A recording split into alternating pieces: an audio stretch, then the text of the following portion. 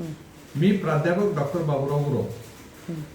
आज आपण एका कष्टाळू शेतकऱ्यानं अभिनव प्रयोग केला आहे, त्याला समर्थन देण्यासाठी आपण संवाद साधायचा आहे। मित्रांनो, सांगली जिल्ह्यामध्ये खानापूर तालुक्यामध्ये बलवडी नावाचं गाव आहे। बळीराजा धरण त्याच गावात बांधलं गेलं। या गावचे रघुनाथ पवार नावाचे शेतकरी 20 गुंठे जमीन त्यांना होती।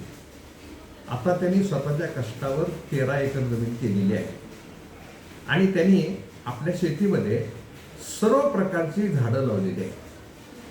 म्हणजे वड पिंपळपासून आंबा जांभूळपर्यंत आणि संपूर्ण मसाल्याची झाडं वगैरे अशी झाडं लावलेली आहेत।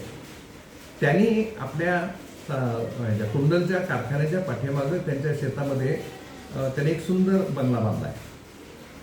तो बंगला बांधत असताना ते ग्रंथालय साठीचा बंगला असा बंगला बांधलेला आहे।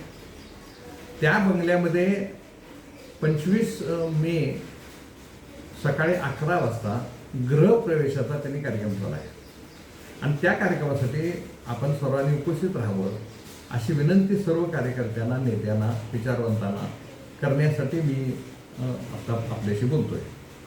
हे पहा, त्या बंगल्यामध्ये जो प्रवेश होणार आहे तो 5 विधवा त्या विधवांच्याकडून हे फीत कापून प्रवेश होणार आहे।